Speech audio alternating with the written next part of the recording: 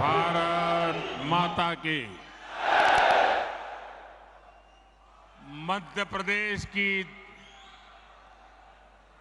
धरती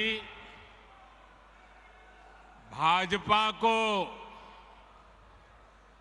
दुनिया का सबसे बड़ा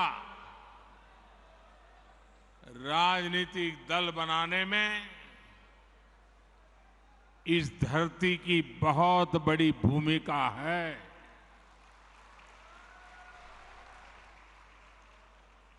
और इसलिए ऐसी ऊर्जावान मध्य प्रदेश की धरती पर मेरा बूथ सबसे मजबूत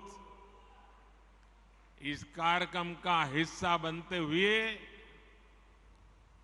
मुझे हृदय से आनंद आ रहा है, अच्छा लग रहा है, गौरव हो रहा है।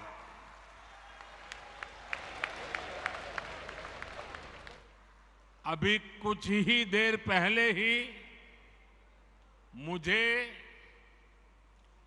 देश के 6 राज्यों को जोड़ने वाली 5 वंदे भारत ट्रेनों को एक साथ हरी झंडी दिखाने का अवसर भी मिला है।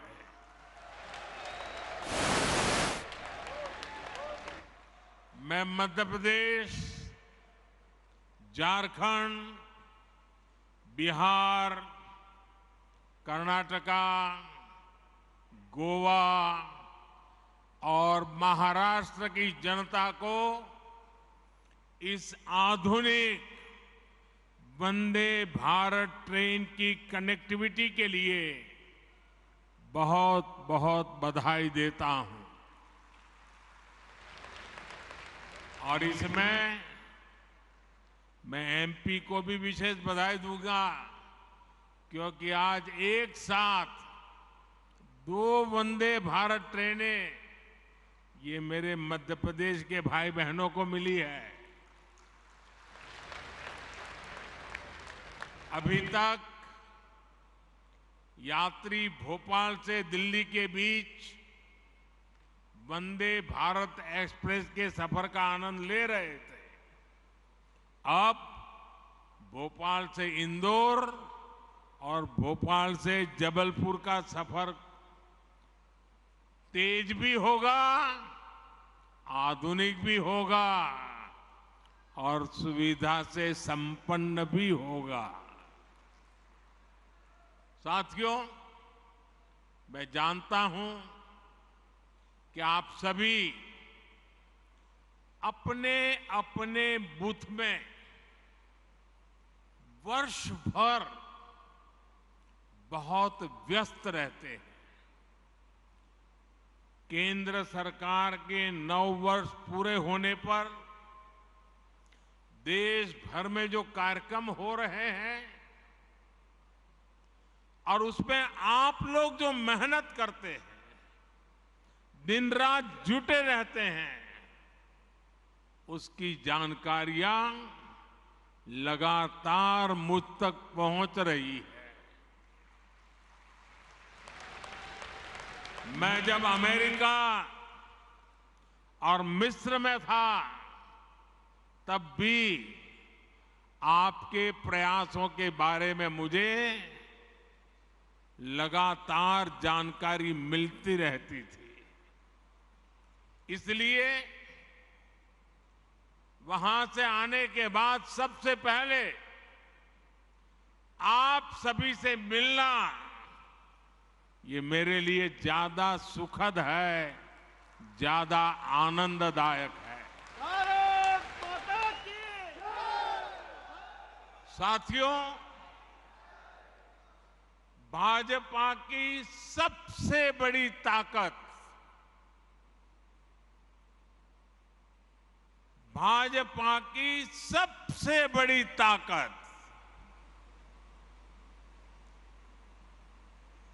ये सबसे बड़ी ताकत आप सभी कार्यकर्ता है।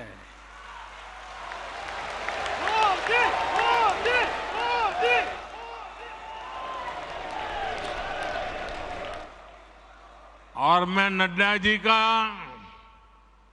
केंद्रीय भारतीय जनता पार्टी के नेतृत्व का,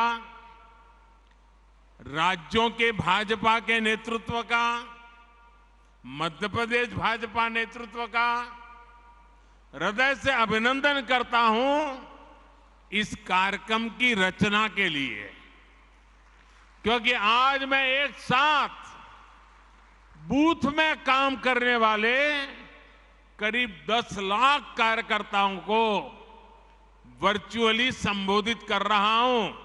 आप तो इतने लोग यहां हैं, लेकिन देश का हर पोलिंग बूथ आज यहां आपसे जुड़ा हुआ है। शायद किसी भी राजनीतिक दल के इतिहास में ग्रास रूट लेवल पर ऑर्गेनाइज वे में इतना बड़ा कार्यक्रम कभी नहीं हुआ होगा। इतना बड़ा कार्यक्रम आज हो रहा है। एक और बात मैं गर्व से आज कहना चाहता हूं, मुख्यमंत्रियों की मीटिंग होना, पार्टी के अध्यक्षों की मीटिंग होना, महासचिवों की मीटिंग होना, प्रदेश कार्य समितियों की मीटिंग होना, जिला कार्य समिति, मंडल कार्य समिति होना, ये तो शायद लंबे अरसे से चल रहा है, होता भी है, लेकिन सिर्फ और सिर्फ बूथ का नेतृत्व करने वाले लोगों का सम्मेलन इतिहास में पहली बार होता होगा।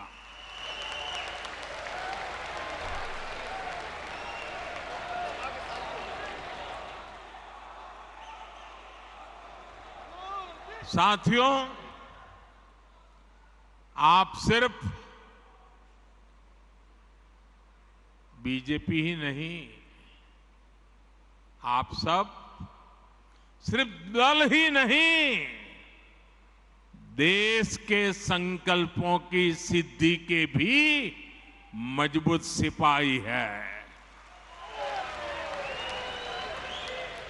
भाजपा के हर कार्यकर्ता के लिए देश हित सर्वोपरि है। दल से बड़ा देश है।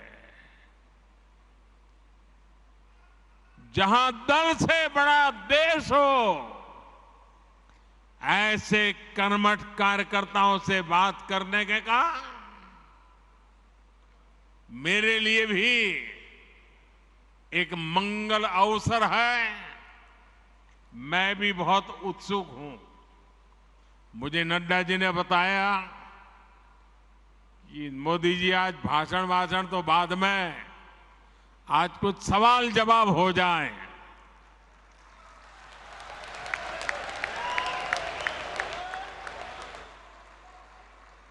मैंने भी बात को मान लिया। आइए बातचीत का सिलसिला शुरू करते हैं। हमारी बहन जी वहां से जैसे भी आगे आज्ञा करेगी, मैं अपनी गाड़ी आगे चलाऊंगा।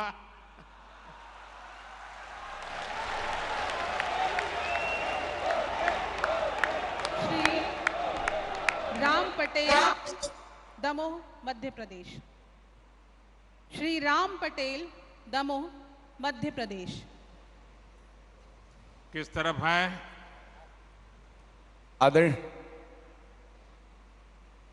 हाँ, बताइए बताइए। आदरणीय मोदी, देख रहा है, मैं स्क्रीन पे देख रहा हूं, आपको बताइए। आदरणीय मोदी जी प्रणाम।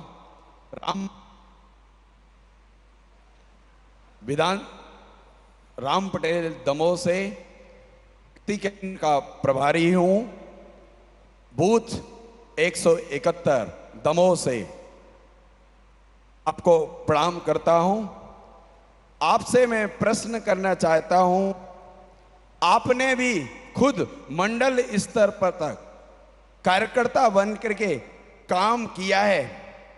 ऐसे में आप राजनीति के अतिरिक्त सामाजिक जुड़ाव को कैसे देखते हैं, आपसे पूछना चाहता हूं आदरणीय प्रधानमंत्री जी।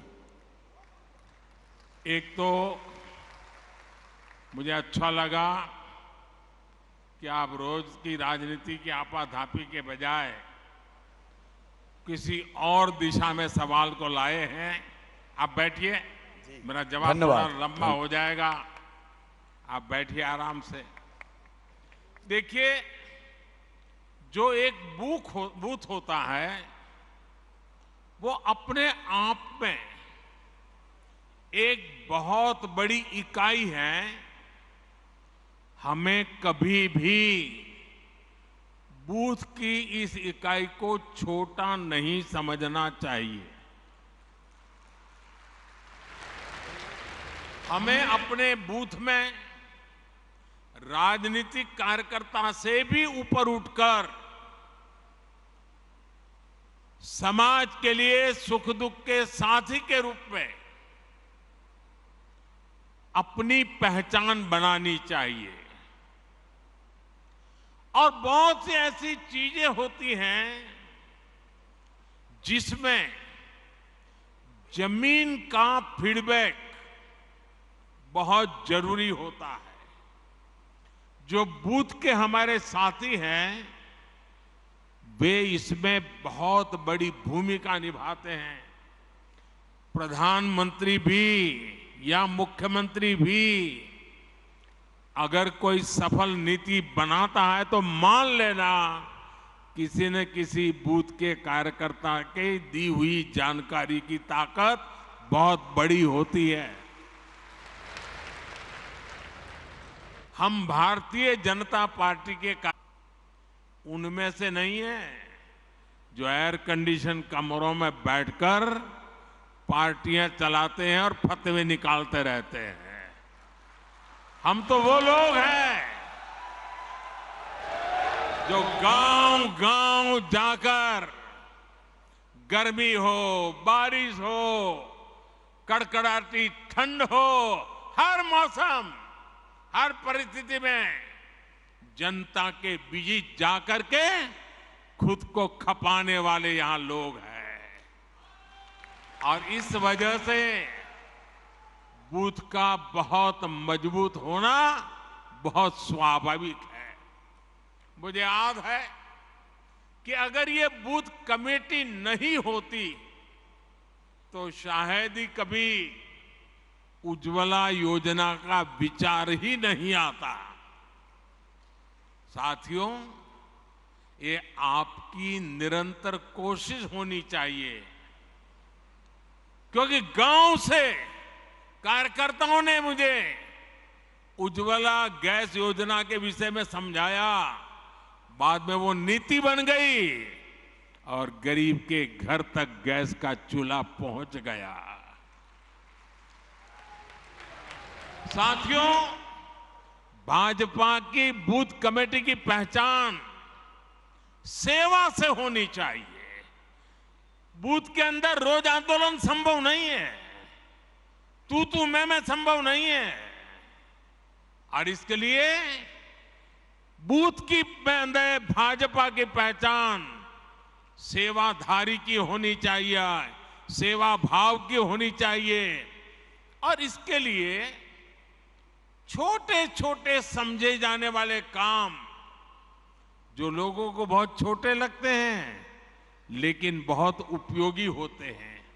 अब जैसे गांव में कहीं न कहीं तो आपको बैठने की वो जगह होगी, किसी पेड़ के नीचे बैठते होंगे, किसी चाय के ठेले के पास जाके बैठते होंगे। क्या कभी आपने सोचा है कि सुबह अखबार पढ़ लिए, शाम को दोपहर के बाद वहां जाएंगे, एक खटिया में सारे अखबार लगा देंगे और गांव वालों जिसको भी अखबार पढ़ना होगा वहां आएगा, बैठेगा, अखबार पढ़ेगा, देश और दुनिया की बात करेगा। आपने तो अखबार पढ़ लिया था, लेकिन वो अखबार अब पूरे बूथ के लोगों के काम आ रहा है। देखिए, कोई खर्चा नहीं, वो आपको आपका नेता मानने लग जाएगा कि नहीं मानने लग जाएगा। कभी कभी हम अखबार में एडवर्टाइजमेंट देखते हैं, भारत सरकार की एडवर्टाइजमेंट आती है राज्य सरकार की एडवर्टाइजमेंट आती है, अपने पार्टी के नेताओं की तस्वीर उसमें होती है। क्या हम एक नियम बना सकते हैं कि अपने बूथ के अंदर एक जगह फिक्स करें और अखबार में जो एडवर्टाइजमेंट आई है उसको उस दिन काट करके उसको एक बड़ा बोर्ड बना करके वहां लटका दें। आपके बूथ के लोगों को पता चल जाएगा कि भाई आज की खबर कहां है, उस पेड़ के नीचे वो लटकता है ना, चलो वहां चले जाते हैं, देख लेते हैं। बहुत बड़ी ताकत बन जाती है। एक छोटा सा ब्लैक बोर्ड बना सकते हैं बूथ के अंदर। आप हर दिन एक कार्यकर्ता को जिम्मेवारी दो। आज भाजपा की जो अच्छी खबरें हैं, देश की अच्छी खबरें हैं, वो ब्लैक बोर्ड में देख लीजिए। बूथ के लोग आएंगे जाएंगे, जरूर पड़ेंगे। मैंने एक कार्यकर्ता देखा, वो फर्स्ट एड बॉक्स अपने यहां रखता था। वो फर्स्ट एड बॉक्स के कारण उस इलाके के सारे लोग उसके घर आते जाते रहते थे। इससे गांव के लोगों में विश्वास बढ़ेगा कि अगर कोई समस्या हुई, कोई उपचार करवाना है, तो वो भाजपा के अपने भाई है ना, उसके घर में फर्स्ट एड बॉक्स है, चलो भाई पहुंच जाते हैं। घर में किसी की बीमारी है, थर्मोमीटर चाहिए, चलो उसके यहां से ले आते हैं। घर में कोई तकलीफ है, चलिए गर्म पानी की थैली चाहिए, चलिए उनके यहां मिल जाएगी, मांग करके ले आते हैं। आप एक सामाजिक नेता बन जाएंगे। देखिए, बूथ के अंदर संघर्ष की जरूरत नहीं होती है, सेवा ही एकमात्र माध्यम होता है। आप अपने अखबार, जैसा मैंने कहा, पढ़ने की व्यवस्था पर जोर दें। कुछ अपने मैगजीन होते हैं, कमल संदेश है, और भी हमारी पार्टी के कई अखबार निकलते हैं। जैसे मैं गुजरात में था, वहां मनोगत नाम का अखबार निकलता था। ये मैगजीन जो आता है, हमने तय करना चाहिए कि भाई चलिए मंडे को ये मैगजीन इस घर में देंगे, फिर दूसरे दिन सुबह जाके मांगेंगे, कल आपने पढ़ लिया होगा, ले लेंगे, दूसरे दिन दूसरे के घर देंगे, फिर 24 घंटे के बाद जाएंगे, फिर वहां से ले लेंगे। हमारा एक कमल संदेश होगा, हमारा एक मैगजीन होगा, तय करेंगे। अगला आने तक घर घर वो घूमता रहेगा, 30-40 घरों में जाएगा, फिर वापस आएगा। आप खुद तो अपने लिए खर्चा करते हैं, पढ़ते हैं, लेकिन वही अगर आप मोहल्ले में पहुंचा देंगे तो फायदा होगा। अब देखिए, गांव में खेती के समय यूरिया खरीदने के लिए गांव वाले निकलते हैं। हर कोई अलग अलग जाता है, हर कोई न कोई व्हीकल करके उठा करके ले आता है। मान लीजिए आपने गांव वालों को इकट्ठा कर दिया, उनका एक व्हाट्सएप ग्रुप बना दिया और आपने उनको कहा, अच्छा भाई देखिए, बताओ किसको कितना यूरिया चाहिए, चलिए 2-4 लोग मेरे साथ, और हम सब मिलकर के पूरा गांव का यूरिया एक ही व्हीकल में ले आए, तो किराया कम हो जाएगा, गांव के लोगों का पैसा बच जाएगा। वो आपको तारीफ करेंगे कि नहीं करेंगे? आपका गौरवगान करेंगे कि नहीं करेंगे? आपका कोई खर्चा हुआ क्या? नहीं हुआ। ऐसे छोटे छोटे काम हमने देखा है कि गांव हो या शहर, अगर कुछ करने की भावना सब में ही होती है, पर अक्सर माध्यम नहीं होता है। लेकिन जैसे ही कोई व्यक्ति माध्यम बन जाता है, नेतृत्व करने लग जाता है, तो सेवा भाव वाले लोग उसके साथ जुड़ ही जाते हैं भैया। अगर कोई व्यक्ति घर घर जाकर कहता है कि कोई पुरानी किताब है तो मुझे दे दीजिए, आप देखेंगे हर घर से बच्चे आकर खुद अपनी किताब आपको पुरानी दे देंगे। आप जरा घर में उस किताबों को ठीक कर ले बूथ के कार्यकर्ता, और फिर जो गरीब बच्चे हैं उनमें वो किताब बांट दे अपने बूथ में। हर गरीब परिवार के पास किताब पहुंच जाएगी। आप उनको लगेगा, अरे मेरे बच्चे पढ़ाई करें, इसकी वो चिंता कर रहा है। जब मैं गुजरात में मुख्यमंत्री था, मणिनगर मेरा विधानसभा क्षेत्र था, तो मैंने आंगनवाड़ी की चिंता करना काम अपने जिम्मे लिया। अपने कार्यकर्ताओं को तैयार किया, भाई आपको आंगनवाड़ी में चक्कर काटना है और क्या करना है, किसी न किसी नए साथी को ले जाओ। अगर खजूर की सीजन है, आंगनवाड़ी में जाकर हर एक बच्चे को 2-2 खजूर खिला दो। अगर बेर की सीजन है, आंगनवाड़ी के बच्चों को जाकर के 2-2 बेर खिला दो। अगर कोई अच्छी टॉफी आ गई है, 2-2 टॉफी जाके, न्यूट्रिशन का प्रॉब्लम भी सॉल्व होगा, उन गरीब परिवारों से भी दोस्ती बन जाएगी और इस इलाके में कोई जाने या न जाने आप निकलेंगे, हर बच्चा आपको जानता होगा। ये एक बहुत बड़ी ताकत बन जाती है साथियों। इस ताकत पर हमें जोर देना चाहिए और ये जितना करेंगे, हमें गांव-गांव में, शहर में, कस्बे में जाकर इस तरह से काम करते रहना चाहिए, तब जाकर के हमारे बूथ की ताकत बनती है। जब आप जनता से जुड़े ऐसे छोटे छोटे काम करोगे तो मुझे पक्का विश्वास है पूरे बूथ में कोई परिवार ऐसा नहीं होगा जो आपसे दूरी करेगा, वो आपसे नहीं जुड़ेगा। आपकी पहचान एक भाजपा के कार्यकर्ता से आगे बढ़कर एक समाज सेवक की तरह बने, इसके लिए बूथ के अंदर लगातार काम करना चाहिए। और यहां से आप बूथों में जाने वाले हो, अलग अलग बूथ में रहने वाले हो, वहां जरूर जाकर के इन चीजों का प्रयोग कीजिए। आप देखना, आपकी तरफ देखने का, आपके बूथ के कार्यकर्ताओं की तरफ देखने का पूरा दृष्टिकोण बदल जाएगा। आइए, कुछ और साथी भी पूछना चाहते हैं, अगले सवाल पर चलते हैं।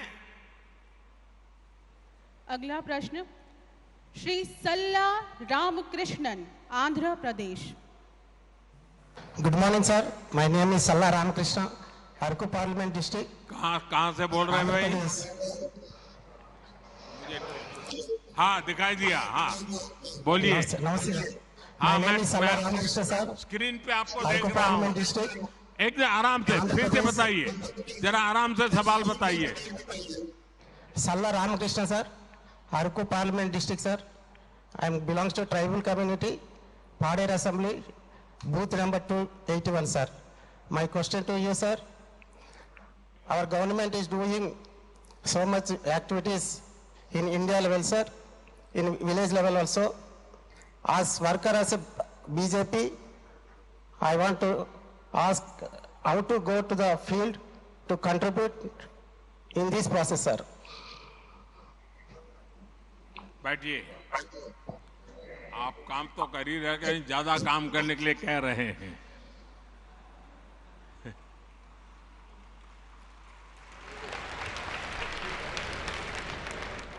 देखिए, कार्यकर्ता के दिल में और ज्यादा काम करने की भूख होना, ये भी बहुत बड़ी ताकत है। आंध्र गारू को मेरा अभिनंदन। देखिए, 2047 में जब हमारे देश की आजादी के 100 साल होंगे और हम देश को विकसित भारत बनाना चाहते हैं, लेकिन भारत विकसित तभी होगा जब गांव विकसित होगा। और इसलिए हर गांव का संकल्प बनना चाहिए कि 2047 के पहले हमें अपना कार्य क्षेत्र, गांव होगा, पंचायत होगी, नगर होगा, महानगर होगा, हमें उसे भी डेवलप बनाना है, समस्याओं से मुक्त करना है। और इसके लिए छोटे छोटे प्रयास ही बहुत बड़ी असर दिखा सकते हैं। जैसे कि हमारा गांव कैसे हरा भरा हो, कैसे गांव में स्वच्छता को लेकर हम अलग अलग कार्यक्रम शुरू कर सकते हैं, हम गांव में सोलर को कैसे बढ़ाएं, सोलर एनर्जी की गांव में कैसे आदत डाले। आज भारत सरकार सोलर एनर्जी पर इतना जोर दे रही है, हमारे भाजपा बूथ कार्यकर्ता ये ठान ले कि अगर किसी गांव में 100 घर है तो अगले 2 साल में वहां सौर ऊर्जा का ज्यादा से ज्यादा उपयोग हो। हमारे किसान हो उनको समझाएं, सोलार पंप का उपयोग करिए, आपका पैसा भी बच जाएगा। ज्यादा से ज्यादा लोग कैसे सोलार लगवाए, हम उनको प्रेरित करें। काम सरकार का नहीं है, जनता जनार्दन में ले जाने का एक सकारात्मक तरीका है। उसमें बैंकों से जो कैसे मदद मिलती है, उनको बैंकों से मदद कैसे दिलवाए, आर्थिक सहयोग बैंकों से मिलता है उन तक कैसे पहुंचे, उनको इनकी जानकारियां हम कैसे दें। आप जानते हैं केंद्र सरकार के प्रयासों से स्कूलों में ड्रॉप आउट रेट बहुत तेजी से कम होता जा रहा है, लेकिन फिर भी भाजपा कार्यकर्ता ये सोचे कि मैं जिस बूथ में काम करता हूं वहां कोई ड्रॉप आउट नहीं होगा। बेटा हो या बेटी 100% पढ़ेंगे, इसके लिए मैं काम करूंगा। मुझे बताइए, भाजपा के कार्यकर्ताओं को ये काम करना चाहिए कि नहीं करना चाहिए? आपका बूथ मजबूत होगा कि नहीं होगा?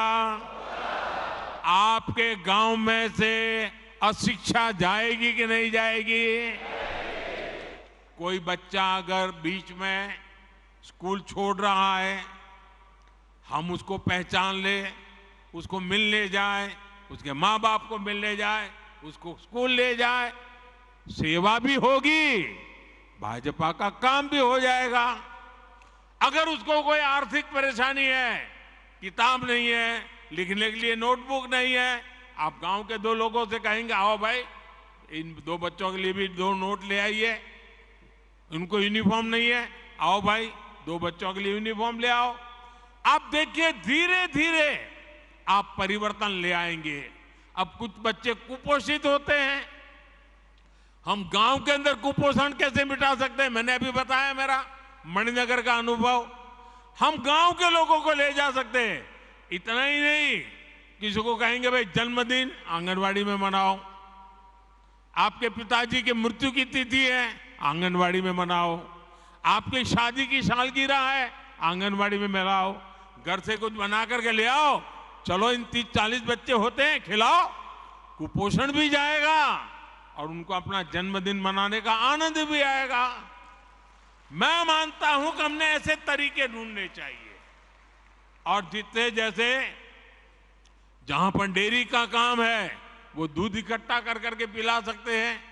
मैं समझता हूं कि यही तरीके होते हैं जिन तरीकों से हम बहुत तेजी से आगे बढ़ सकते हैं, और मैं मानता हूं इसका आदत लोगों को भी लगेगा, ऐसा नहीं है कि नहीं लगेगा। और इसलिए मेरा आग्रह है कि हम इन बातों को ज्यादा महत्व दें। अपने गांव के अंदर इसी प्रकार के काम को, अब जैसे अंकुरित मूंग होता है, अंकुरित चना होता है, अपने घर में करें 100 ग्राम, इतना अंकुरित हो जाएगा। आपने वहां बांट दिया आंगनवाड़ी में, आंगनवाड़ी के बच्चों का कुपोषण से लड़ाई लड़ने की ताकत आएगी, पोषण बढ़ेगा। देखिए, सरकार की योजनाओं से ज्यादा समाज की शक्ति जुड़ जाती है तो निश्चित परिणाम अवश्य मिलते हैं। और हम चाहते हैं कि 2047 भारत को विकसित बनाना है, तो ऐसी हर छोटी चीजों को, हर समस्या से हमें मुक्ति लेना नहीं है, वो और मुक्ति हम लाएंगे तो हम परिणाम लाएंगे। आप जानते हैं कि देश में नई नेशनल एजुकेशन पॉलिसी बनी है, उसमें एक बात कही गई है कि बच्चों को प्रैक्टिकल नॉलेज, पढ़ाना कम, सीखना ज्यादा, टीचिंग नहीं लर्निंग। ये जब आया है, क्या कभी हम जाएं स्कूल में, और मास्टर जी से बात करें कि चलो आज बच्चों को हम जरा बाहर ले जाते हैं, मैं भी साथ में आता हूं और बच्चों को बताएंगे, देखिए भाई बरगद का पेड़ कौन सा है, चलो देखो, नीम का पेड़ कहाँ है, देखो, चलो ढूंढ के लाओ कौन सा पेड़ है, फूल है तो कौन सा फूल है। बच्चों की पढ़ाई भी हो जाएगी।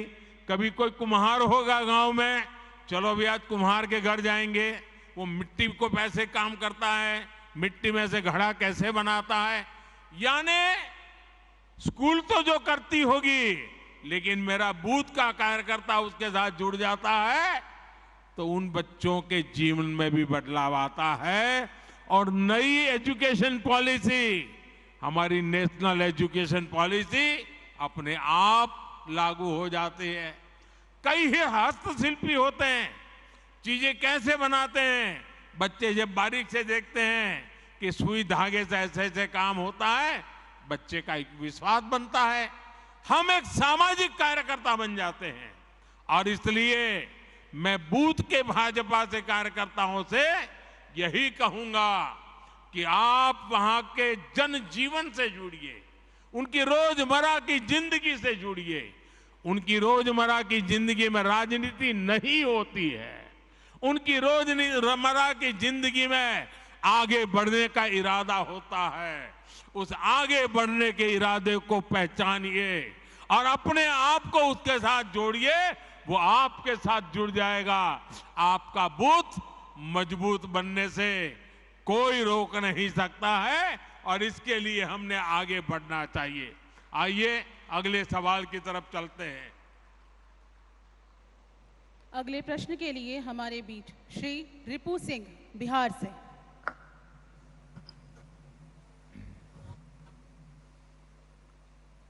बताइए। माननीय प्रधानमंत्री जी, मैं बिहार के पावन धरती से मैं आपको प्रणाम करता हूं। मेरा नाम रिपू सिंह हुआ।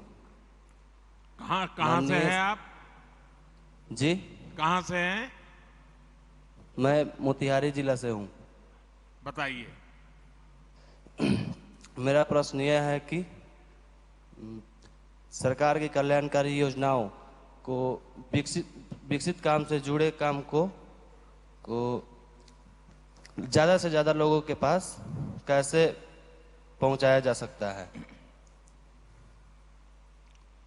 बैठिए, मैं बताता हूं। कुछ बातें तो मेरी अभी मैं बता रहा था तब निकली थी।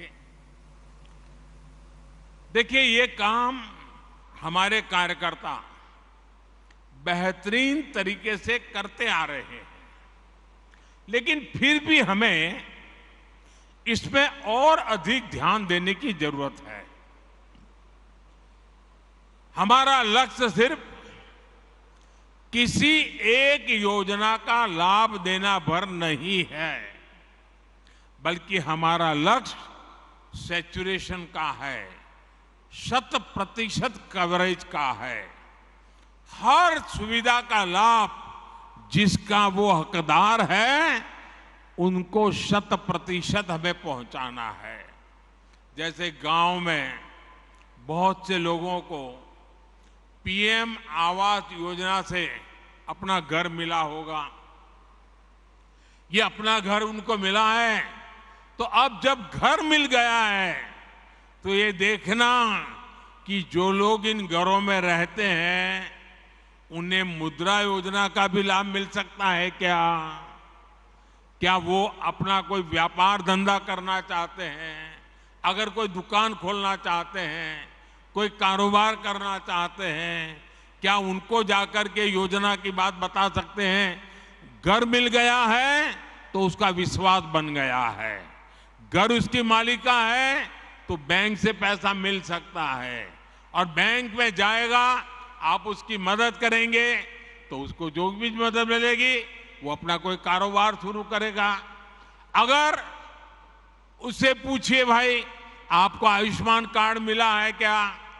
गरीब परिवार को 5 लाख रुपए तक की बीमारी के समय मदद मोदी जी के यहां से आती है, ये बता करके उसको कार्ड दिखाइए, और उसको बताइए देखिए अपने गांव के फलाने को ये लाभ मिला है, टिकने को मिला है, पड़ोस वाले गांव को उसको मिला है, तो उसका विश्वास बढ़ेगा। वो पहले बीमारी छिपाता था, छिपाएगा नहीं। ये सारे काम, ये सारी चीजें देखने का काम भाजपा के बूथ कार्यकर्ता एक दायित्व समझकर अगर उसको करता है तो मैं समझता हूं कि सरकार की योजनाओं का सही लोगों को सही समय पे पूरा लाभ मिल सकता है। हमें ध्यान रखना चाहिए कि हमको गरीब को मुसीबत से मुक्त करना है। आप गांव के लोगों को सरकार की योजना के बारे में जानकारी देने के लिए सोशल मीडिया पर अपने गांव का बूथ का ग्रुप बना सकते हैं। आप नमो ऐप पर अनेक योजनाओं की जानकारी उनको दे सकते हैं। आपको देखना चाहिए आपके बूथ के लोग आपके एमपी के साथ सोशल मीडिया में जुड़े हैं, आपके एमएलए के साथ जुड़े हैं, आपके प्रदेश अध्यक्ष, राष्ट्रीय अध्यक्ष उनके साथ जुड़े हैं, नमो ऐप के साथ जुड़े हैं। इनको आपने जोड़ना चाहिए, इनको सिखाना चाहिए, इससे उनको सभी योजनाओं का पता चलेगा। और ये सारी बातें उनकी स्थानीय भाषा में होती है, अंग्रेजी जानने की जरूरत नहीं पड़ती है। जिस भाषा में लोग समझते हैं उस भाषा में आप जानकारी उनको पहुंचा सकते हैं। जब लोग मिलें तो आप बताइए कि उस पर चर्चा कीजिए, उनसे बातें कीजिए। साथियों, एक चीज और मैं बीजेपी के हर कार्यकर्ताओं को कहना चाहता हूं, जब हम अपनी एक बात को तुलनात्मक तरीके से कहते हैं तो सामान्य मानवी को ज्यादा समझ आता है और इसके लिए हमें अध्ययन करना चाहिए। हमने अपने मोबाइल में लिख करके रखना चाहिए, अपनी डायरी में लिख करके रखना है। जब हम गैस कनेक्शन की बात करते हैं तो याद दिलाते हैं कि पहले इसी के लिए गैस कनेक्शन के लिए कहां कहां चक्कर काटना पड़ता था, किसकी सिफारिश लानी पड़ती थी, कितना भ्रष्टाचार करना पड़ता था। ये मोदी जी आए तब से सारा गया और आपको पहुंच रहा है। जब ये याद कराओगे ना तब उनको अपना काम की कीमत समझ में आएगी और इसका फर्क पड़ता है। आज देखिए, उज्ज्वला योजना की वजह से गैस कनेक्शन मिलना कितना आसान हो गया है, उनको कितना लाभ हो गया है। तो हम जब कोई भी बात तुलना के साथ समझाते हैं तो वो लोगों को ज्यादा याद रहता है। आप देख रहे हैं कि आज हर घर जल योजना के तहत कितना बड़ा काम हो रहा है। नल से जल 2019 के बाद जब से ये योजना शुरू हुई है तब से 9 करोड़, ये याद रखना चाहिए आपने, 9 करोड़ नए घरों में नल से जल पहुंचने लगा है। मुझे मध्य प्रदेश के ही लोग बताते हैं कि यहाँ ऐसे गांव में लोग अपनी बेटियों को शादी नहीं करते थे क्योंकि पानी की समस्याएं थी। आज हमने उन समस्याओं का समाधान किया है। आज जब गांव में नल से जल पहुंचने लगा है तो वहां जो बच्चे कंवारे रह जाते थे ना, उनकी शादी होने लगी है। इसलिए जब हम पुरानी परिस्थितियों से तुलना करके अपनी बात करते हैं तो इसका एक बहुत बड़ा अलग ही प्रभाव पड़ता है। आइए, और मुझे विश्वास है कि हम इन बातों को ठीक से करेंगे। अब एक अगले सवाल की तरफ चलते हैं।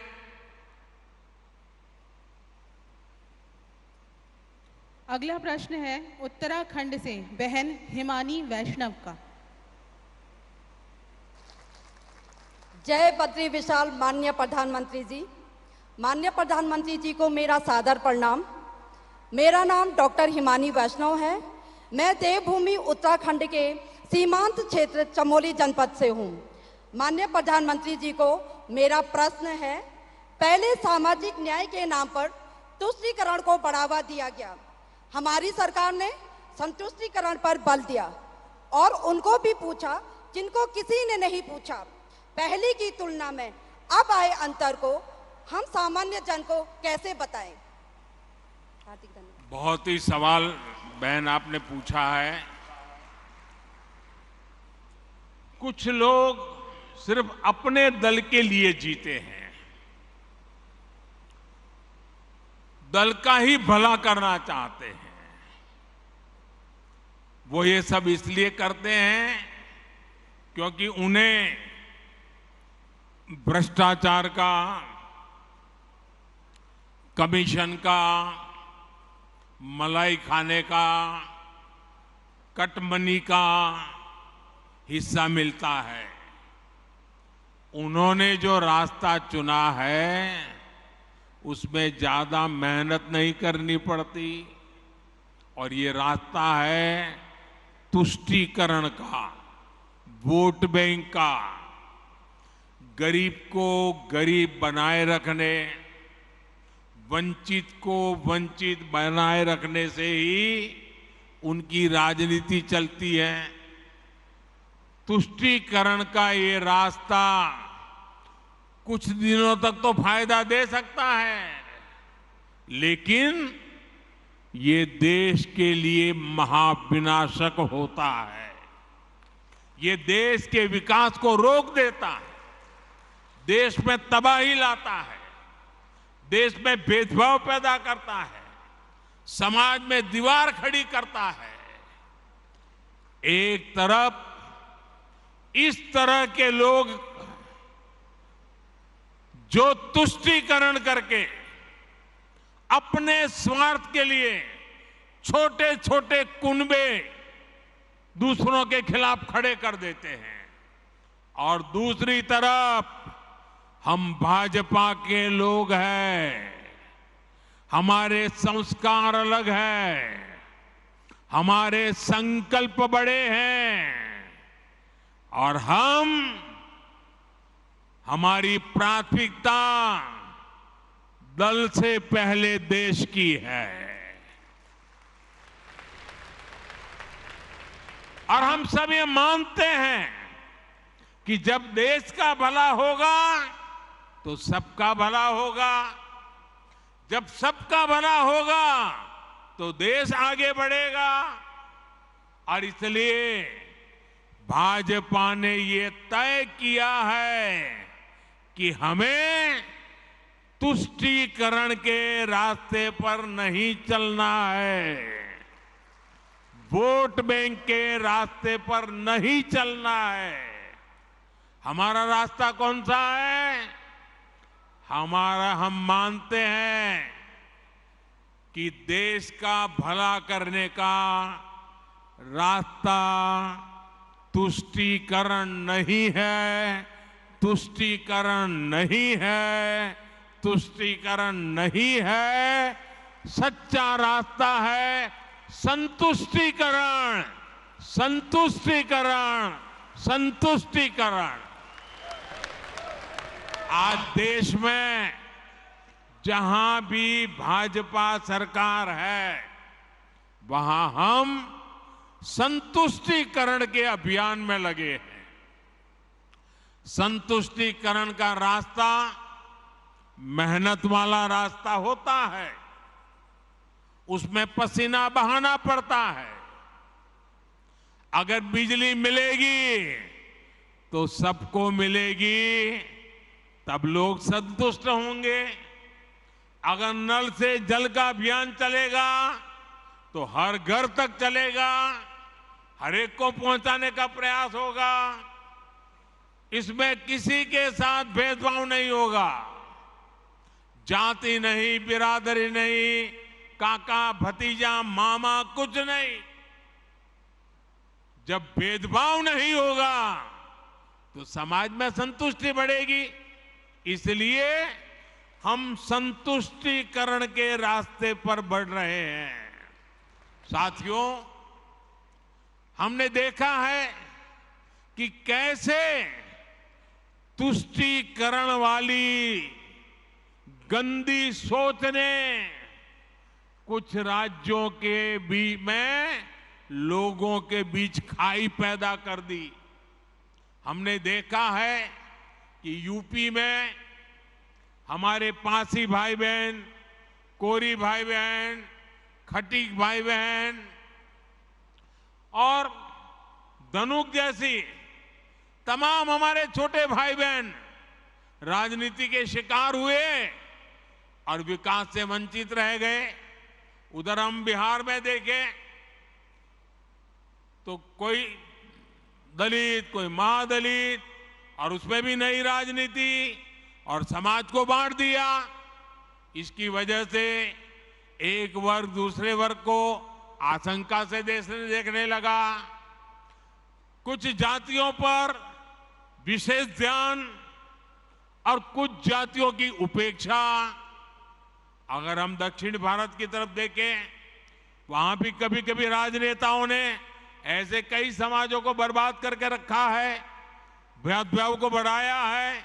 अब जैसे मैंने सुना है केरल में अड़ियन, काट्टूनायकन, कोचुवेलान, मालासार, तेन कुरुम्बन, जेनु कुरुम्बन, वेट्टा कुरुमन, मलय पंडारम, ये जातियों को विकास के रकम में पीछे छोड़ दिया गया। कुछ ही लोगों को मलाई मिलती गई। उसी तरफ अगर आप कर्नाटका में जाएंगे तो मलाई कुड़ी, पल्यान, शोलगा, विटोलिया, कोतवालिया, बारोडिया, उनकी भी उपेक्षा हुई। अगर हम तेलंगाना में जाएंगे, कुलिया, जातपू, चेंचू, मन्नादोरा, हमारे तमिलनाडु में एरवलन, काडर, कोंडा कपूस, मलयवेडन, पालयन, मुडुगर, इन सब को पीछे छोड़ दिया। कोई इनकी परवाह नहीं करता। अनुसूचित जाति की बात करें तो उनके साथ भी ऐसे ही किया गया। केरल में अयनवर, कुसा, वल्लुवन, नलकादाया, पनन, तमिलनाडु में बेरा, माविलन, नैदी, थोटी, वल्लोन, जग्गली, जम्बुवलू, ऐसी अनेक जातियां हैं। क्या हारा करके रखा है उनका?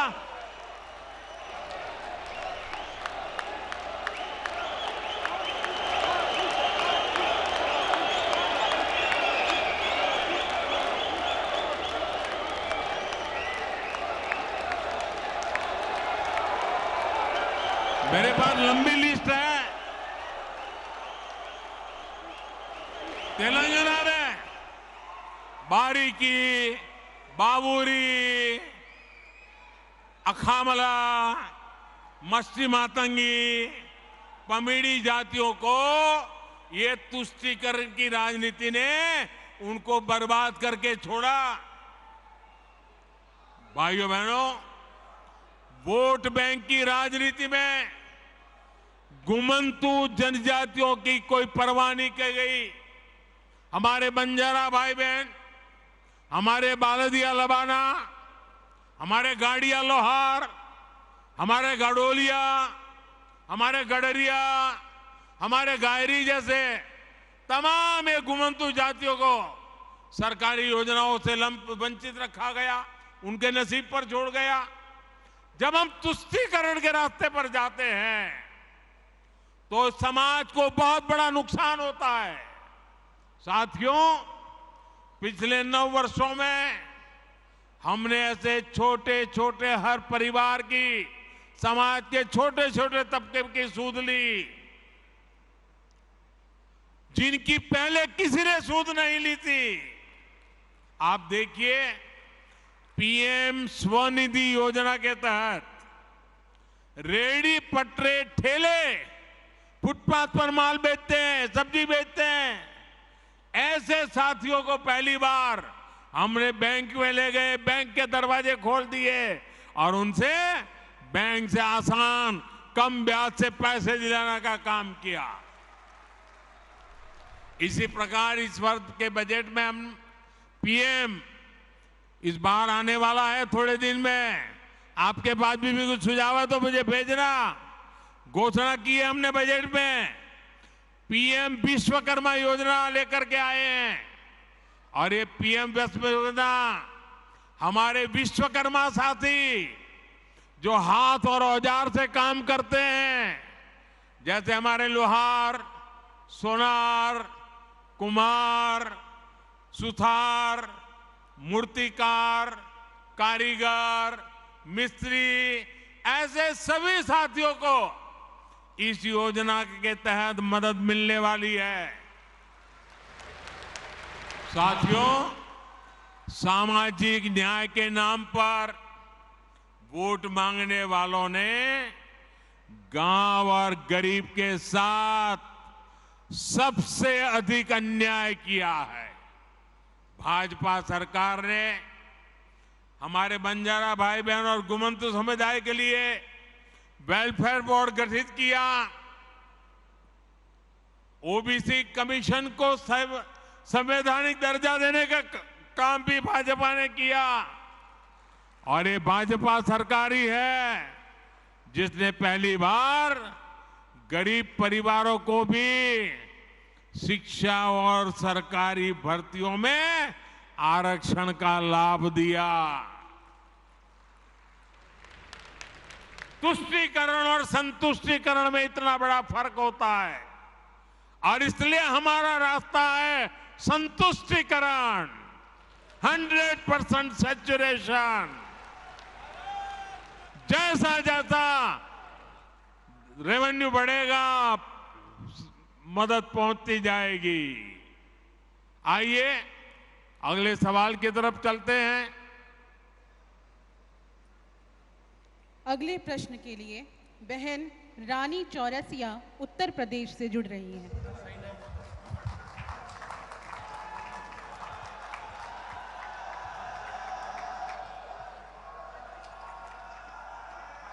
जय जय शीतला माता की।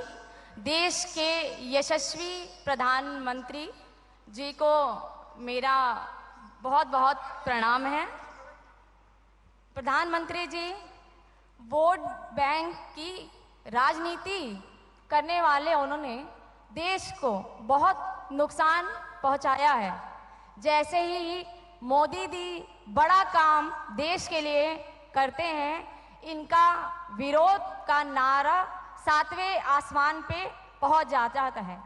पहले हमने देखा था कि ये सभी 3 तलाक का बहुत विरोध कर रहे थे और अब यूनिफॉर्म सिविल कोड का विरोध कर रहे हैं, जिससे हमारे जो मुस्लिम भाई बहन हैं उनको काफ़ी भ्रम हो रहा है और वे सब भ्रमित हो जा रहे हैं।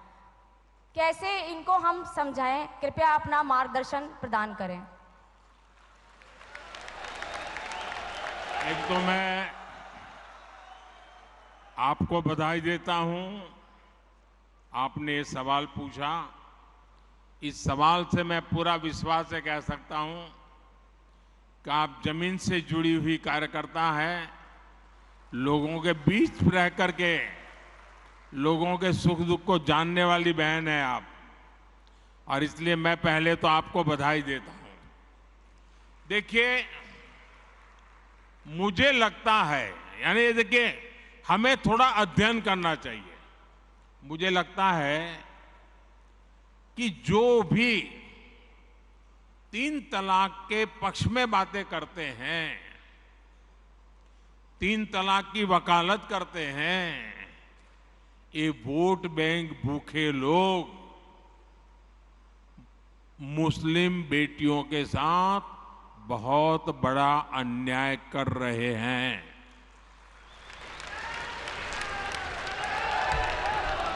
अच्छा, कुछ लोगों को लगता है कि भाई ये 3 तलाक से तो सिर्फ महिलाओं की बात हो रही है। 3 तलाक से जो नुकसान होता है ना, वो सिर्फ बेटियों को होता ऐसा नहीं है, उसका दायरा उससे भी बड़ा है। आप सोचिए, बहुत ही अरमानों के साथ बेटी को शादी कर करके ससुराल भेजा हो और 8-10 साल के बाद 3 तलाक कह करके उसको कोई निकाल दे, तो उस माँ बाप का क्या होगा जिसके घर में बेटी वापिस आती है? उस भाई का क्या होगा? वो भाई, पिता, सब उस बेटी की चिंता में इतने दुखी हो जाते हैं। इसलिए 3 तलाक से सिर्फ बेटियों को ही अन्याय होता है इतना नहीं, पूरे परिवार तबाह हो जाते हैं। माता, पिता, भाई सब दुखी हो जाते हैं। और देखिए, दुनिया के अनेक मुस्लिम बाहुल्य देश, इसका इस्लाम से संबंध होता तो दुनिया का कोई मुस्लिम देश 3 तलाक खत्म नहीं करता। मुस्लिम बाहुल्य देश जहां पूरी तरह इस्लाम राज्य है, वहां भी 3 तलाक बंद कर दिया है। मैं परसों इजिप्ट में था, मिस्र में था। मिस्र में, इजिप्ट में 90% से ज्यादा सुन्नी मुसलमान समाज है और इजिप्ट में आज से 80-90 साल पहले 3 तलाक की प्रथा को समाप्त कर दिया। हमसे 90 साल पहले।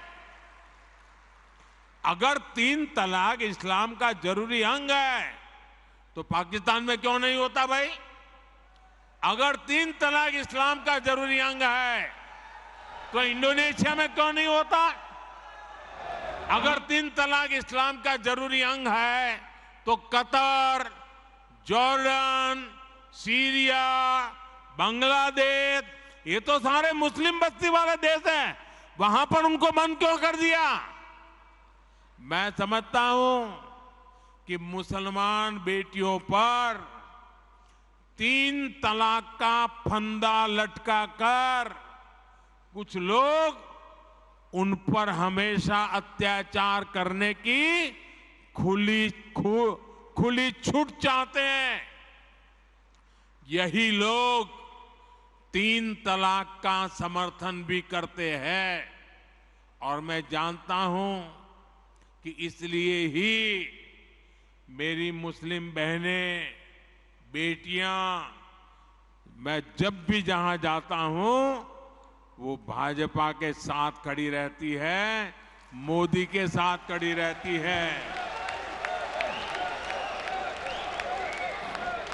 साथियों, भारत के मुसलमान भाई बहनों को भी ये समझना होगा कि कौन से राजनीतिक दल उन्हें भड़का करके उनका फायदा लेने के लिए उनको बर्बाद कर रहे हैं। आजकल हम देख रहे हैं कि यूनिफॉर्म सिविल कोड के नाम पर ऐसे लोगों को भड़काने का काम हो रहा है।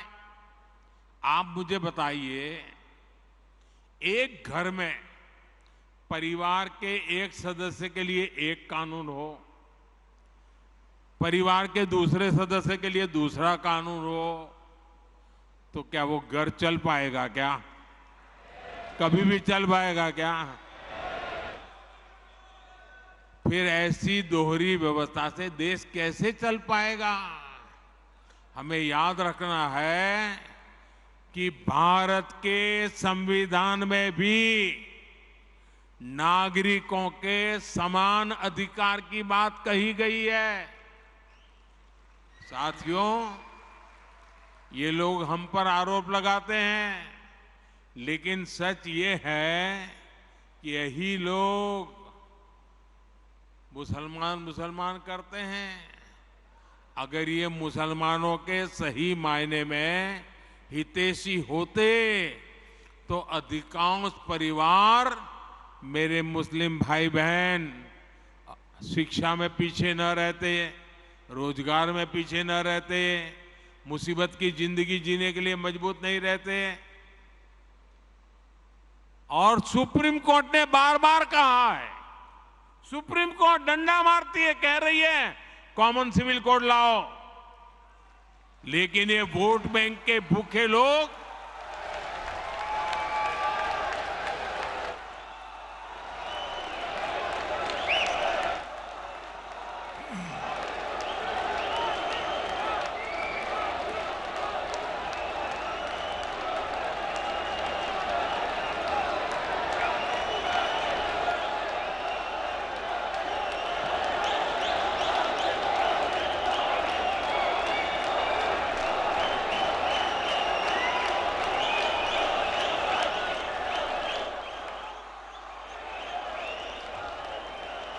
अच्छा, मैं आपको एक और बात बताना चाहता हूं।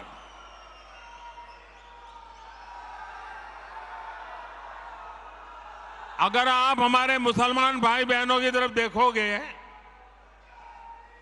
और मैं देखता हूं कि जो हमारे पसमानदा मुसलमान भाई बहन हैं, ये वोट बैंक की राजनीति करने वालों ने हमारे जो पसमानदा मुसलमान भाई बहन हैं, उनका तो जीना भी मुश्किल करके रखा हुआ है। वो तो तबाह हो गए, उनको कोई फायदा नहीं मिला है। वे कष्ट में गुजारा करते हैं, उनकी आवाज सुनने के लिए कोई तैयार नहीं है। उनके ही धर्म के एक वर्ग ने पसमानदा मुसलमानों का इतना शोषण किया है, लेकिन इसके ऊपर कभी देश में चर्चा नहीं हुई।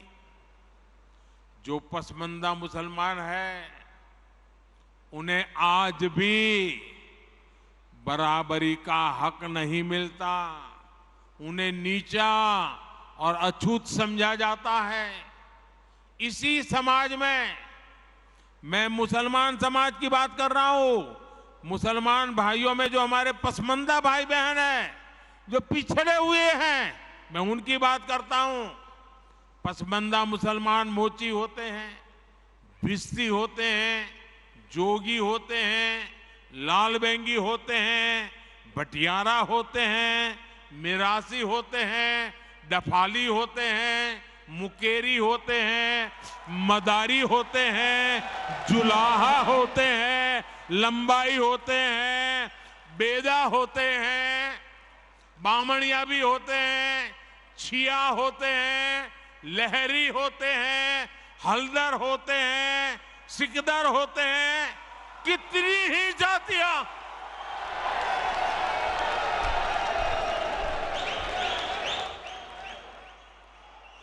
ये सब इतने पिछड़े रहे हैं, इनके साथ इतना भेदभाव हुआ है।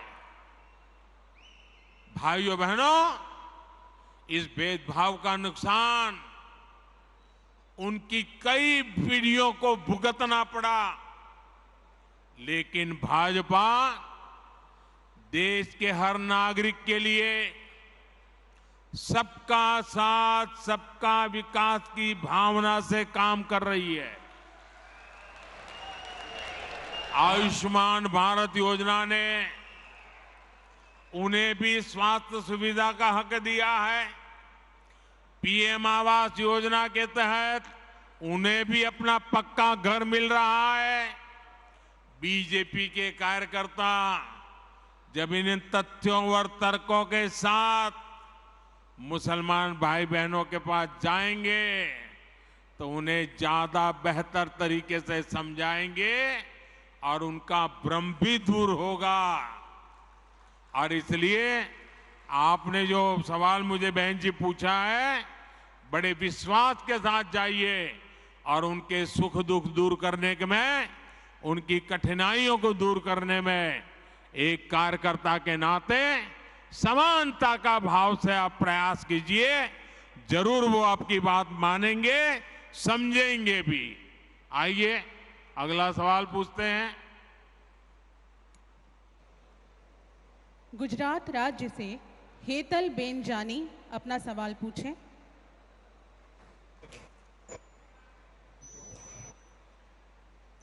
नमस्कार। आदरणीय प्रधानमंत्री श्री नरेंद्र भाई मोदी जी को मेरा शत शत नमन। मैं हेतल जानी गुजरात के सुरेंद्रनगर जिले से बोल रही हूँ। मैं आपसे एक सवाल करना चाहती हूँ कि भारतीय जनता पार्टी के खिलाफ कई दल एकजुट होकर भारतीय जनता पार्टी के खिलाफ कई दल एकजुट होकर लड़ने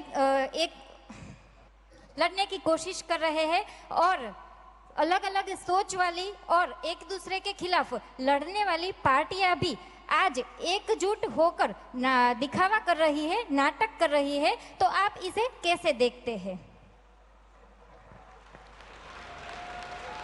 मुझे लगता है आपको भारी गुस्सा है ऐसे लोगों पर।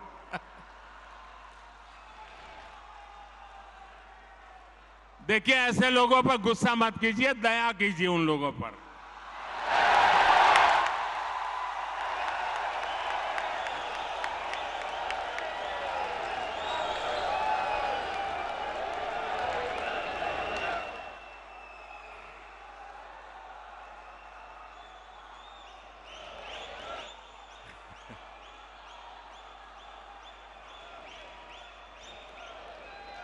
अच्छा, आपको याद होगा, जरा मैं पुरानी बात याद कराता हूं। हमने 2014 का चुनाव देखा है और 2019 का भी चुनाव देखा है। देखा है ना? याद है ना? 2014 के हालात क्या थे, याद है ना? 2019 के हाल क्या थे, वो याद है ना? भाजपा के जो घोर विरोधी दल है, 2014 हो या 19, वो कितने ही घोर विरोधी थे, लेकिन उन दोनों चुनावों में हमने देखा कि इतनी छटपटाहट नहीं दिखी जितनी आज दिख रही है।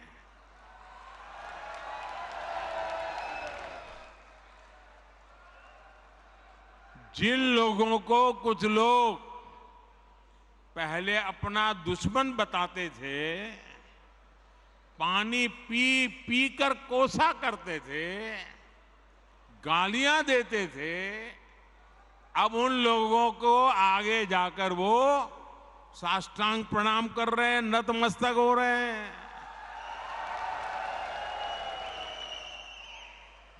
ये उनकी मजबूरी है। ये विपक्षी दलों की हरकतों से, उनकी घबराहट से साफ है कि देश की जनता ने 2024 के चुनाव में भाजपा को वापस लाने का मन बना लिया है।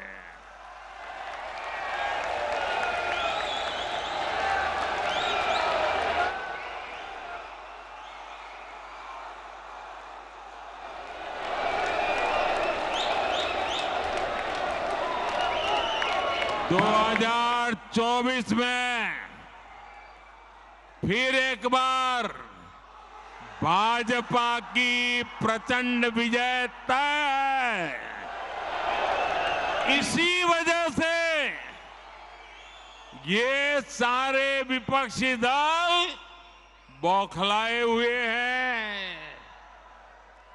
इसलिए इन्होंने तय किया है कि चुनाव से कुछ महीने पहले किसी भी तरीके से जनता को गुमराह करके, कुछ लोगों को बरगलाकर, झूठे आरोप लगाकर सत्ता हासिल की जाए।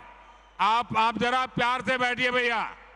आपका उत्साह, जब बूथ में आप जाएंगे वहां उत्साह दिखाना।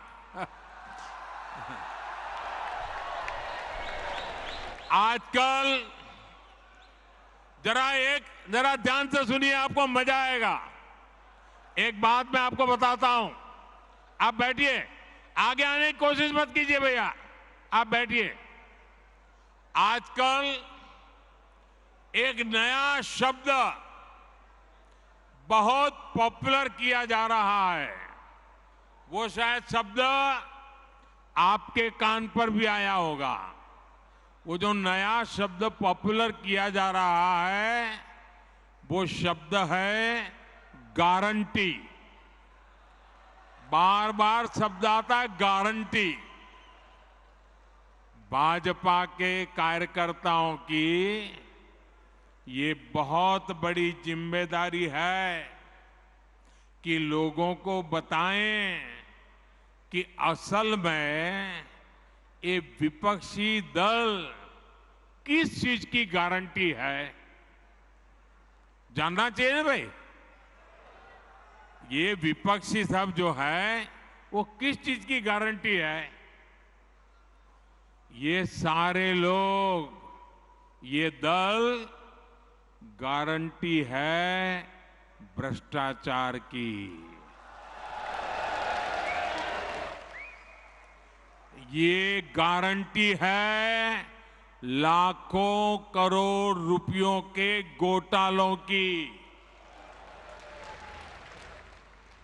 कुछ दिन पहले इनकी एक फोटो ऑप कार्यक्रम हुआ था, मिलकर के फोटो निकालने का एक कार्यक्रम हुआ था। इस बैठक में शामिल दलों के इतिहास को देखेंगे तो पता चलेगा कि वो सब मिलकर के, जितने भी लोग वो फोटो में दिखते हैं ना, एक एक को जरा देख लीजिए, उन सबका मिलकर के टोटल लगाएंगे तो ये सारे मिलकर के कम से कम 20 लाख करोड़ के घोटाले की गारंटी है।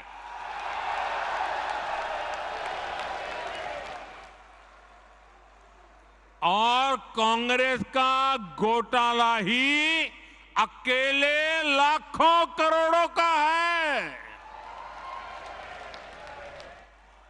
1,86,000 करोड़ का कोयला घोटाला, 1,76,000 करोड़ का 2G घोटाला, 70,000 करोड़ रुपए का कॉमनवेल्थ घोटाला शामिल है, 10,000 करोड़ रुपए का मनरेगा घोटाला, हेलीकॉप्टर से लेकर सबमरीन तक कांग्रेस के घोटाले से कोई ऐसा क्षेत्र नहीं है जो कांग्रेस के घोटाले की हाथ का शिकार न हुआ हो। अब दूसरा देखिए, आरजेडी हजारों करोड़ के घोटाले का आरोप है। चारा घोटाला,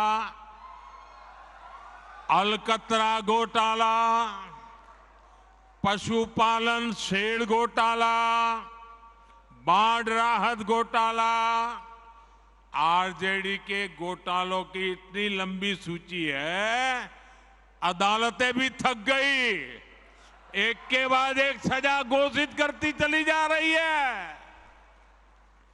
उधर तमिलनाडु में देखिए, डीएमके पर अवैध तरीके से 1.25 लाख करोड़ की संपत्ति बनाने का आरोप, टीएमसी पर भी 23,000 करोड़ रुपए से ज्यादा के घोटाले का आरोप, रोजवेली घोटाला, शारदा घोटाला, शिक्षक भर्ती घोटाला, गो तस्करी घोटाला और कोयला तस्करी घोटाला। बंगाल के लोग ये घोटाला कभी भूल नहीं सकते। अगर मैं एनसीपी की बात करूं तो एनसीपी पर भी करीब करीब 70,000 करोड़ रुपए के घोटालों का आरोप है। महाराष्ट्र स्टेट कोऑपरेटिव बैंक घोटाला, महाराष्ट्र सिंचाई घोटाला, अवैध खनन घोटाला, इनकी लिस्ट भी बहुत लंबी है। इन पार्टियों के घोटालों का मीटर कभी डाउन ही नहीं होता। मैं तो कहूंगा कि बीजेपी के किसी कार्यकर्ता को कोशिश करनी चाहिए कि इन पार्टियों का घोटाला मीटर बनाने की एक बढ़िया, आप में से जो इनोवेटिव हो ना, बढ़िया इनके घोटालों का मीटर बढ़ा दीजिए। हाँ, इन पार्टियों के पास घोटालों का ही अनुभव है, इसलिए अगर कोई गारंटी है इनकी तो एक ही गारंटी है, और वो गारंटी है घोटालों की गारंटी। अब देश को तय करना है, क्या ये घोटालों की गारंटी को देश स्वीकार करेगा? देश स्वीकार करेगा? लेकिन दोस्तों, मैं आपके बीच में से पल करके बड़ा हुआ हूं, आपसे साथ काम करते करते आपने मुझे यहां पहुंचाया है, तो आज मैं भी एक गारंटी देना चाहता हूं। दे दूं? दे दूं? दे दूं? अगर उनकी घोटाले की गारंटी है तो मोदी की भी एक गारंटी है।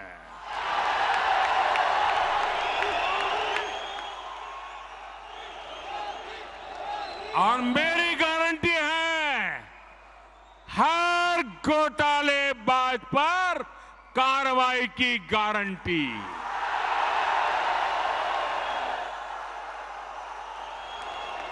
हर चोर लुटेरे पर कार्रवाई की गारंटी। जिसने गरीब को लूटा है, जिसने देश को लूटा है, उसका हिसाब तो हो करके रहेगा।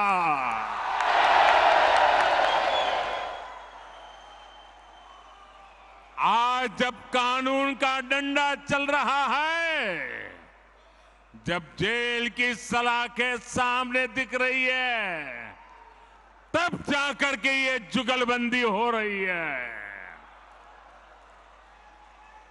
इनका कॉमन मिनिमम प्रोग्राम भ्रष्टाचार के विरुद्ध एक्शन से बचने का ही है।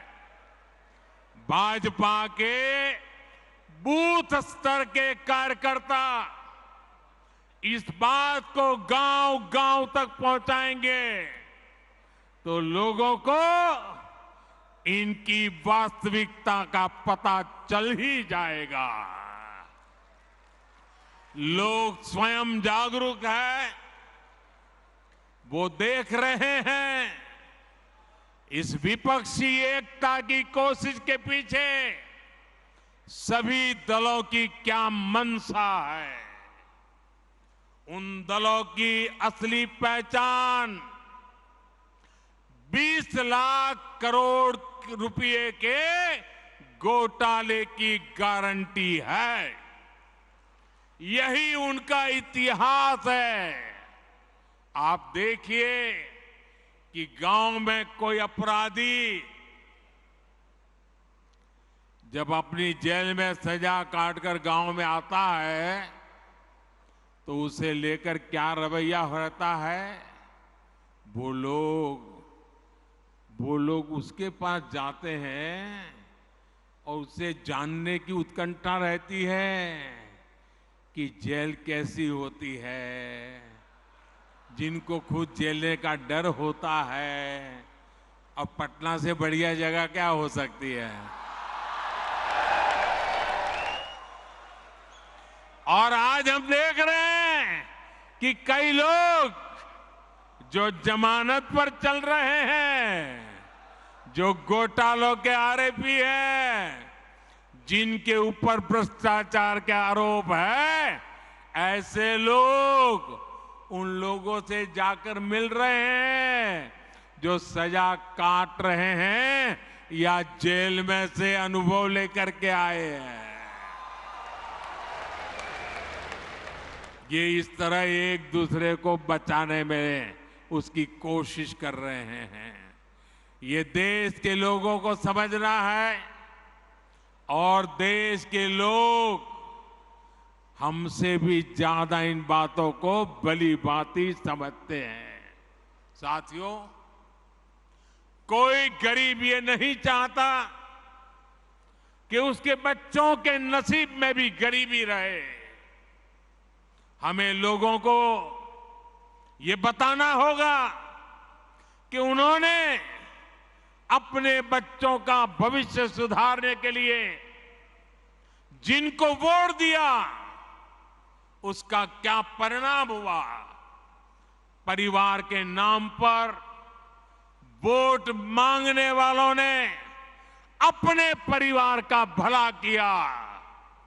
अब आपको सोच समझकर तय करना है कि आप किसका भला होता देखना चाहते हैं।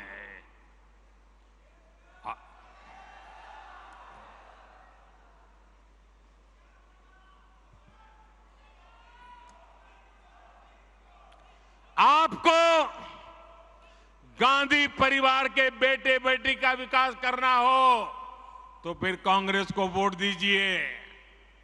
आपको मुलायम सिंह जी के बेटे का भला करना है तो फिर समाजवादी पार्टी को वोट दीजिए। अगर आप लालू परिवार के बेटे बेटियों को उनका भला करना चाहते हो तो आरजेडी को वोट दीजिए।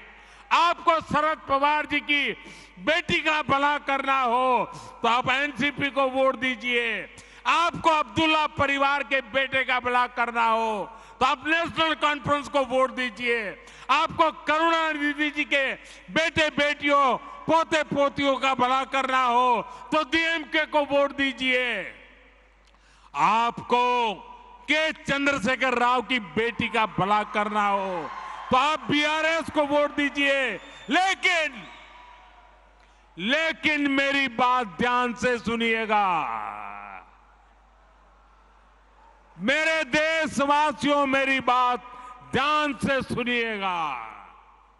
अगर आपको अपने बेटे का, अपनी बेटी का, अपने पोते का, अपनी पोती का, अपने नाते का, अपनी नाती का, अगर आपको अपने परिवार के बच्चों का भला करना है तो आप वोट भाजपा को दीजिए।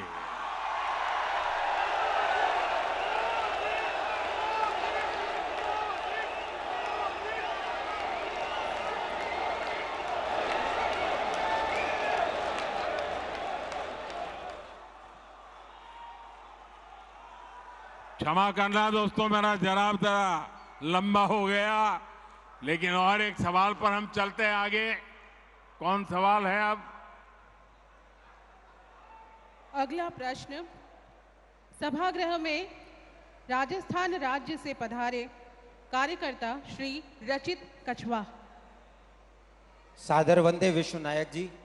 मैं वीर भूमि राजस्थान की हृदय स्थली अजमेर और ब्रह्मानगरी अजमेर के उत्तर विधानसभा क्षेत्र के बजरंग मंडल के 108 क्रमांक बूथ से आया हूं। मेरा एक सवाल है कि हमारी बहुत सारी योजनाएं हैं जिसमें बचत की बात कही गई है, लेकिन हम बूथों पर जाकर के ये कैसे लोगों को समझाएं कि ये भाजपा की योजनाओं के कारण उनके घरों में इतनी सारी बचत हुई है, हमारी सरकारों के कारण ही उनको इतनी सारी बचत मिल पा रही है। ये हम बूथों पर जाकर के कैसे समझाएं माननीय प्रधानमंत्री जी? ये बहुत ही अच्छा सवाल आपने पूछा है। ये मेरे सभी जो बीसी पर भी कार्यकर्ता बैठे हैं उनको भी ये जवाब बहुत काम आएगा, आप लोगों को भी बहुत काम आएगा। और इसलिए मैं इस सवाल को थोड़ा सा ढंग से समझाना चाहता हूं आपको। देखिए, आज भारत दुनिया के उन देशों में है जहां विकास तेजी से हो रहा है और महंगाई दर नियंत्रण में है। आप कल्पना कर सकते हैं कि कोरोना के बाद दुनिया के कितने ही देश हैं जहां महंगाई ने सारे रिकॉर्ड तोड़ दिए हैं। उन देशों में गरीब हो, मध्यम वर्ग हो, आज महंगाई की वजह से हाहाकार मचा हुआ है। आप हमारे पड़ोस में ही देखें तो पाकिस्तान में महंगाई दर कितनी है? 38% से ज्यादा महंगाई है, 38%। श्रीलंका में महंगाई दर कितनी है? 25% से ज्यादा है। बांग्लादेश में महंगाई कितनी है? 10% के आसपास है। और भारत में महंगाई का दर कितना है? 5% से भी कम है। यानी कोरोना के बावजूद, इतने समय से चले जा रहे युद्ध के बावजूद भारत में हमने महंगाई को बेकाबू नहीं होने दिया है। और आपने ये बात बहुत अच्छी कही कि भाजपा सरकार का जोर तो लोगों को ज्यादा से ज्यादा बचत कराने पर है। अब जैसे मोबाइल डेटा का उदाहरण ले, ये आपको काम आएगा जरा। ये जो मोबाइल डेटा है ना, आप कभी यूट्यूब दिखना फलाना करते होंगे तो आपको जरा ध्यान करेगा। आज हर भारतीय हर महीने करीब करीब एवरेज करीब 20 जीबी डेटा इस्तेमाल करता है। आप मोबाइल फोन का उपयोग करते हैं, 20 जीबी डेटा। अगर 2014 से पहले जब हमारे देश में कांग्रेस की सरकार थी, उस समय 1 जीबी डेटा अगर आप उपयोग करते थे तो उसकी कीमत लगती थी 300 रुपया, करीब 300 रुपया। उस हिसाब से अगर आज आप देखते तो आपका मोबाइल का बिल हर महीने कम से कम 6,000 रुपया महीने आता। अगर 2014 वाली कांग्रेस की सरकार के हिसाब से देखें तो आज मोबाइल का फोन एवरेज आपका 6,000 रुपया आता। लेकिन भाजपा सरकार ने डेटा को गरीब के लिए बिल्कुल सस्ता कर दिया है। इसलिए अब आपका मोबाइल 20 जीबी डेटा के लिए उसको कितना देना पड़ता है? मुश्किल से 200-300 रुपया देना पड़ता है। मतलब कि आपका करीब 5,000 रुपया हर महीने बच रहा है। जिसके भी पास मोबाइल है करीब 5,000 रुपया बच रहा है। आप गांव के लोगों को समझा सकते हैं कि मोदी सरकार होने का मतलब क्या होता है। एक और उदाहरण देता हूं मैं आपको, एलईडी बल्ब का। जब कांग्रेस के समय के ये जो लट्टू होते हैं ना, ये एलईडी बल्ब 300-400 रुपये में बिकता था। 300-400 रुपया। आज बीजेपी सरकार में एलईडी बल्ब की कीमत हो गई 50-60 रुपया। कहां 300-400 और कहां 50-60। और बीते वर्षों में जो करीब 40 करोड़ सस्ते एलईडी बल्ब दिए गए, उसकी वजह से गरीब और मध्यम वर्ग का हर साल जो बिजली का बिल था वो करीब 20,000 करोड़ रुपया कम हुआ है। ये 20,000 करोड़ रुपया लोगों के जेब में कहीं ना कहीं बचा है। किसी का 100, किसी का 200, किसी का 500। आपने प्रधानमंत्री भारतीय जन औषधि परियोजना यानी पीएम-बीजेपी के बारे में भी सुना होगा। आप दवाई की दुकानें, जन औषधि दुकानें देखा होगा आपने। आप पोलिंग बूथ में जाइए ना, लोगों को जरूर जन औषधि दुकान वाला जरूर बताना आज जन औषधि के स्टोर में उत्तम से उत्तम प्रकार की दवाई सस्ते से सस्ते में मिलती है। इस स्टोर की वजह से गरीब का करीब करीब 20,000 करोड़ रुपया बचा है। अगर एक परिवार में 60, 70, 80 साल के बुजुर्ग है और डायबिटीज है, अगर उनको महीने में 2,000 की दवा लगती है तो जन औषधि केंद्र में 100-150 रुपये में दवाई मिल जाती है और उनका महीना भर निकल जाता है। ये लोगों का पैसा बचाने का भाजपा का ये तरीका है। दोस्तों, आपके बूथ में ऐसे भी बहुत लोग होंगे जिन्होंने आयुष्मान भारत योजना का लाभ लिया है।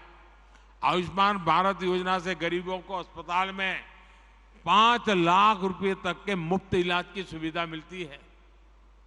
इस योजना की वजह से करीब करीब 5 करोड़ लोगों ने अस्पताल में भर्ती होने के बाद अपना इलाज कराया और 1 पैसे का खर्च नहीं हुआ है।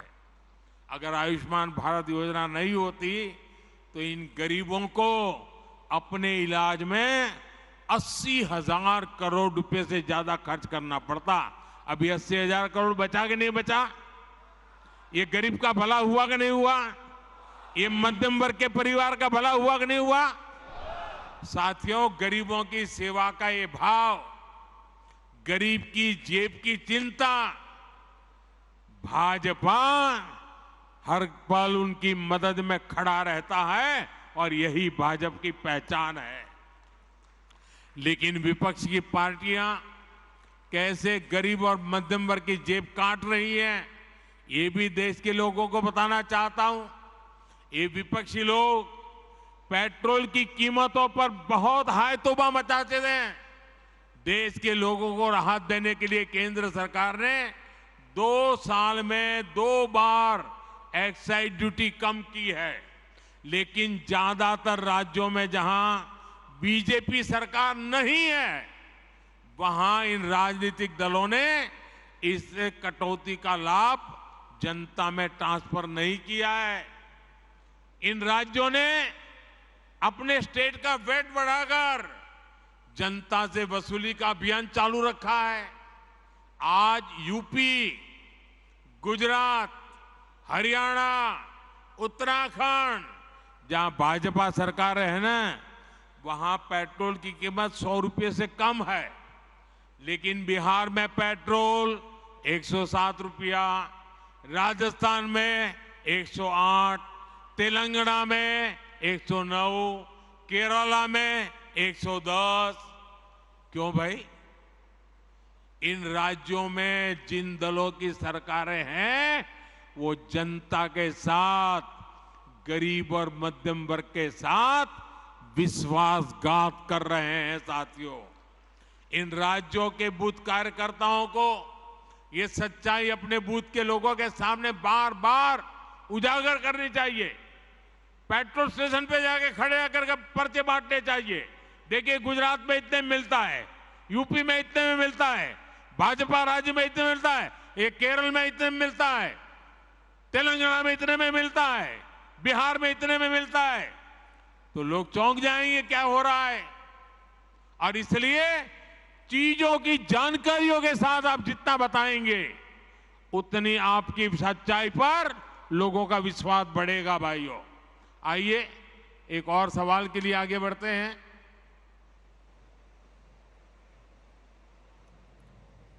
अगला प्रश्न है सभा कक्ष में उपस्थित श्री संजय सोडी जी द्वारा, जो छत्तीसगढ़ से आए हैं।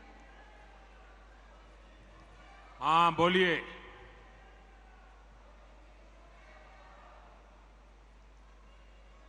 हाँ, बताइए बताइए। आपका माइक नहीं चल रहा है।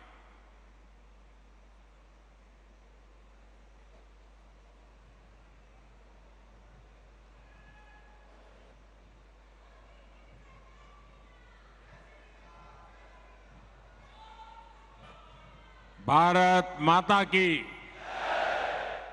भारत माता की। हाँ, बताइए जी। भारत माता की।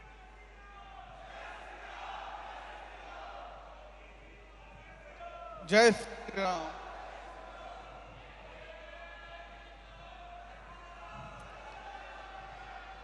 हाँ बोलिए बोलिए। ये नारे तो चलते रहेंगे, आप बोलिए।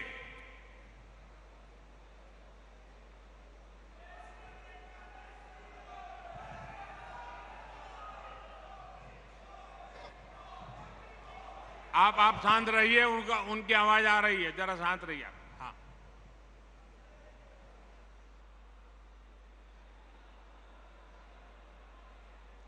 हाँ बताइए।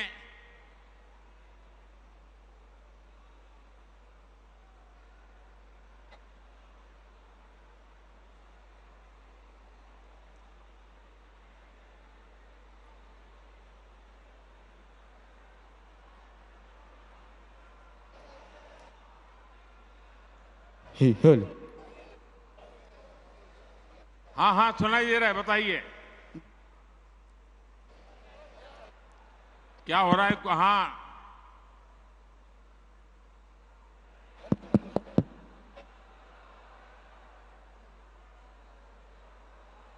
आप जब थपथपाते हैं तो सुनाई देता है, बोलना। भाई सारंगी जरा इसको क्या प्रॉब्लम है, इनको जरा देखो।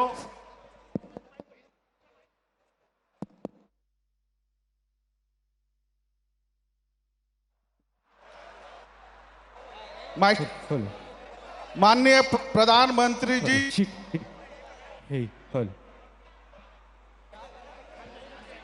आपकी आवाज सुनाई दे रही है, आप सब कुछ गड़बड़ किए बिना बोलना शुरू करो।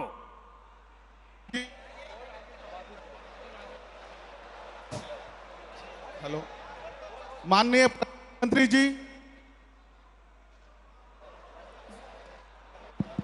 Mic problem. माइक। माननीय प्रधानमंत्री जी, जिलों की नगरी भोपाल में आपका स्वागत है, वंदन है, अभिनंदन है।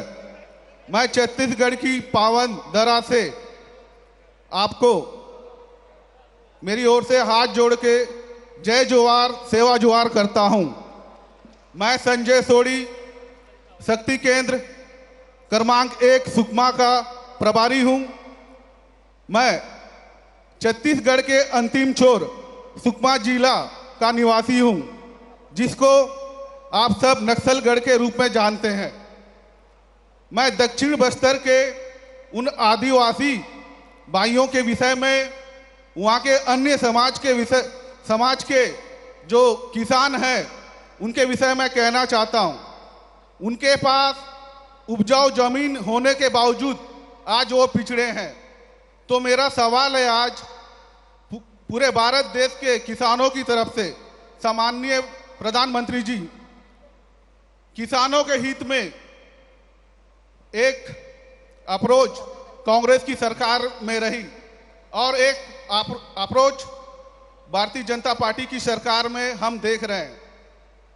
इस अंतर को हम सामान्य जनों को, आम जनों को कैसे बता सकते हैं और उन्हें कैसे समझा सकते हैं? बहुत बहुत धन्यवाद। आपने किसानों का विषय लिया, अच्छा किया, क्योंकि मैं कब से बात कर रहा था, शायद ये विषय छूट जाता अगर आप न पूछते तो।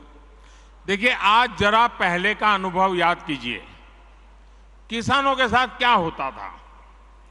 कांग्रेस की सरकारों के दौरान सूखा पड़ता था तो परेशानी किसान की होती थी, बाढ़ आती थी तो किसान की सूद लेने वाला कोई नहीं होता था, किसान के नाम पर मदद को बिचौलिए खा जाते थे। कांग्रेस की एक ही नीति थी, पहले किसानों को संकट में पड़ने दो और फिर कर्ज माफी के नाम पर झूठ बोलकर वोट की फसल काटो। ये उनका तरीका रहता था। आपने 10 साल में कांग्रेस ने कुछ हजार करोड़ रुपए की कर्ज माफी का ऐलान किया, लेकिन असली किसानों ने को ये लाभ कभी पहुंचा ही नहीं। आप जाकर के देख लेना, इतनी सारी, कभी कभी तो 10 दिन में करेंगे, 100 दिन में करेंगे, कभी नहीं किया। क्योंकि ज्यादातर जो छोटे किसान होते हैं उनका तो बैंक में खाता भी नहीं होता है, और वो तो साहूकार के पास से और लोगों से पैसे लेकर के अपनी बेचारे की गाड़ी चलाते हैं। और इसलिए ये कर्ज माफी के नाम पर राजनीति करते थे, देते नहीं थे, और छोटे किसान को तो नसीब ही नहीं होता था। लेकिन भाजपा सरकार आज पीएम किसान सम्मान निधि से सीधा पैसा किसान के बैंक खाते में भेज रही है। इससे छोटे से छोटा किसान भी लाभान्वित हो रहा है। अभी तक इसके तहत आपको आंकड़ा याद रखना चाहिए, 2.25 लाख करोड़ रुपए। कितने? 2.25 लाख करोड़ रुपए। कितने? 2.25 लाख करोड़ रुपए किसानों के खाते में जमा हो चुके हैं, और वो भी करीब करीब 11 करोड़ किसान इस स्कीम के लाभार्थी हैं। साथियों, भाजपा की सरकार ने किसानों पर महंगे यूरिया, महंगे फर्टिलाइजर का बोझ भी नहीं पड़ने दिया। इसके लिए सरकार ने 2 लाख करोड़ रुपए से अधिक खर्च किया ताकि किसान को फर्टिलाइजर सस्ता मिले। आप में जरा आंकड़े याद रखना, आज अमेरिका में यूरिया की अगर 50 किलो की बैग है तो कीमत है 3,000 रुपये। ब्राजील में उसी बोरे की कीमत है 3,500 रुपये। चीन में इसकी कीमत है 2,100 रुपये। हमारे पड़ोस में बांग्लादेश में कीमत है 700 रुपये। पाकिस्तान में है 800 रुपये। लेकिन भारत के किसानों को वही यूरिया सिर्फ 270 रुपये के भी कम कीमत में मिल रहा है, क्योंकि भारत सरकार वो बोझ उठा रही है। देखिए, मैं आपको श्री अन्न यानी मिलेट्स के भी बात दोहराऊंगा। अभी मैं मिस्र में था तो वहां मिलेट्स की काफी चर्चा हुई। वहां के लोगों को गेहूं बाहर से मंगाना पड़ता है। मैंने उन्हें भारत के मिलेट्स यानी मोटे अनाज के बारे में बताया। भारत के करीब 2.5 करोड़ से ऐसे किसान हैं जो मिलेट्स की, मोटे अनाज की खेती करते हैं। वे कम पानी में विपरीत परिस्थितियों में भी मिलेट्स पैदा करते हैं। मिलेट्स की सबसे बड़ी ताकत ये होती है कि वो सुपर फूड होता है। दूसरा, ये पर्यावरण को नुकसान नहीं पहुंचाता है। मिलेट्स की ये खूबियां मैंने उन्हें बताई। श्री अन्न अभियान का मुख्य उद्देश्य हमारे छोटे किसान को ताकत देने का ही है। ऐसे में भाजपा के कार्यकर्ता को भी सोचना चाहिए कि श्री अन्न को बढ़ावा देने के लिए हर संभव प्रयास करें। साथियों, मैंने आपसे काफी समय लिया है और देश भर में देख रहा हूं टीवी पे लाखों कार्यकर्ता वहां बैठे हुए नजर आ रहे हैं। आज हम गर्व से कह सकते हैं कि भारत 9 वर्षों में 10वें नंबर की अर्थव्यवस्था से 5वें नंबर की आर्थिक ताकत बन गया है। लेकिन इसका मतलब क्या है? इसका अर्थ यही है कि बीते 9 वर्षों में भारत और भारतीयों की कमाई बढ़ी है, समृद्धि में हिस्सेदारी बढ़ी है। आज जब हमारा निर्यात रिकॉर्ड स्तर पर है तो उसका लाभ किसानों को भी होता है और रोजगार निर्माण पर भी होता है। आज जब हमारी फैक्ट्रियां, हमारे उद्योग रिकॉर्ड उत्पादन करते हैं, जब रिकॉर्ड विदेशी निवेश आता है तो उसका लाभ भी सबसे अधिक हमारे युवाओं को होता है। ये समय, ये कालखंड भारत के युवा बेटे बेटियों का है। पिछले 9 वर्ष भारत के आत्मविश्वास को लौटाने के थे। अब आजादी का अमृत काल अमृत पीढ़ी के संकल्पों की सिद्धि का है। साथियों, बीजेपी के सुशासन का एक ही मंत्र है। ये मंत्र देश की कमाई का विस्तार कर उस समृद्धि का लाभ हर भारतीय तक पहुंचाने का है। भाजपा एक तरफ देश के संसाधन बढ़ाने की नीति पर चलती है, देश की तरफ हर लाभार्थी तक पहुंचने का ईमानदार प्रयास करती है।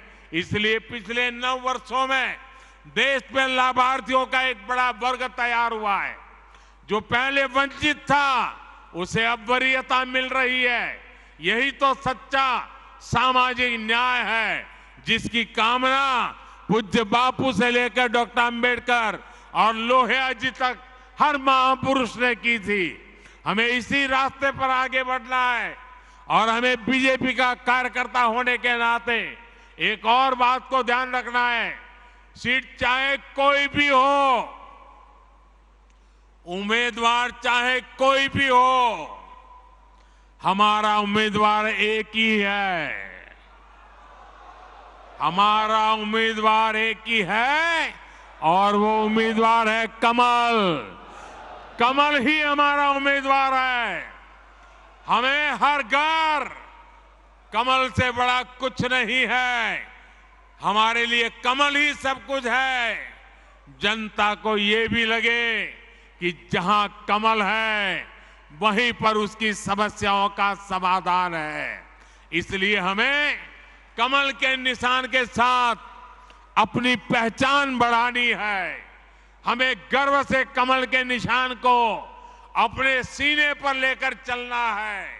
हम अक्सर देखते हैं कि सिर्फ चुनाव के दौरान ही कमल के निशान को बैनर तख्तियों में छपवाया जाता है, लेकिन अब हमें कमल के निशान को हर जगह, हर कार्यक्रम में प्रमुखता देनी चाहिए। हमें यह भी देखना है कि कमल से जो जुड़ा है उसकी पहचान सेवा से हो, समाज का हित करने वाले की हो।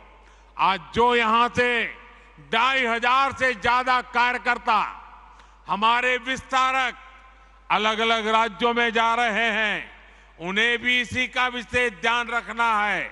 ये अभियान आपके लिए एक तपस्या से कम नहीं है। जिस गांव में आप जाएं, वहां के लोगों के साथ, समाज के साथ उन्हीं की तरह जीवन जिए, ना अलग रहें और ना ही अलग दिखें, और अपने आत्मीय संबंध गांव के लोगों से ऐसे बनाएं कि वो आपकी वापसी के लिए आपसे आग्रह करते रहें। जाने के बाद भी आपका संपर्क बना रहना चाहिए, चिट्ठी चपाती चलती रहनी चाहिए। साथियों, मैं आज देश के प्रबुद्ध मतदाता का भी फिर से आभार व्यक्त करना चाहता हूं। आर्थिक हो या सामाजिक, देश आज निर्णायक फैसले इसलिए ले रहा है क्योंकि दशकों बाद देश के लोगों ने एक मजबूत और स्थिर सरकार चुनी है। आज पूरी दुनिया में भारत को लेकर इतनी पॉजिटिविटी इसलिए है क्योंकि यहां एक मजबूत सरकार है। आने वाले 25 साल यानी आजादी के अमृत काल में विकसित भारत के निर्माण के लिए यही स्थिरता, यही मजबूती, यही हमारे लिए आवश्यक है। हमें इसीलिए आगे बढ़ना है। इसी संदेश के साथ हमें बूथ बूथ पर अपने संवाद को आगे बढ़ाना है। इतनी बड़ी तादाद में, इतने शानदार कार्यक्रम में 10 लाख कार्यकर्ताओं के साथ मुझे जो बातचीत करने का, सवाल जवाब करने का अवसर मिला, मेरे लिए ये मेरी विदेश यात्रा की थकान भी आपको मिलकर के उतर गई। ये आपका प्यार, ये आपकी ऊर्जा, ये और नए काम करने की ताकत देती है। मैं फिर एक बार आपको बहुत बहुत बधाई देता हूं, बहुत बहुत शुभकामनाएं देता हूं। मेरे साथ जोर से बोलिए, भारत माता की, भारत माता की, भारत माता की, वंदे वंदे वंदे वंदे वंदे वंदे वंदे वंदे वंदे।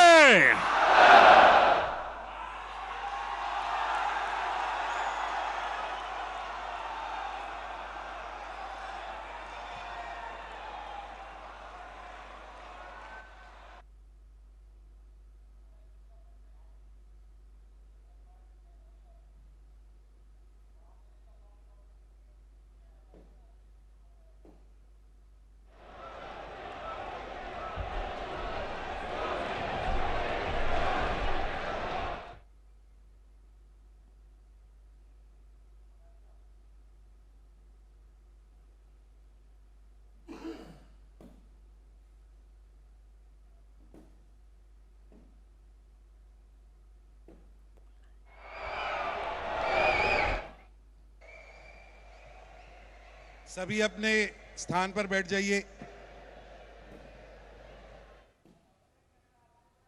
भोपाल से आप सीधा प्रसारण देख रहे थे, जहां पर प्रधानमंत्री नरेंद्र मोदी ने मेरा बूथ सबसे मजबूत कार्यक्रम में हिस्सा लिया। वहां पर उन्होंने अपना संबोधन तो दिया ही, कार्यकर्ताओं से बातचीत भी की, उनके प्रश्नों के उत्तर भी दिए। उनमें इस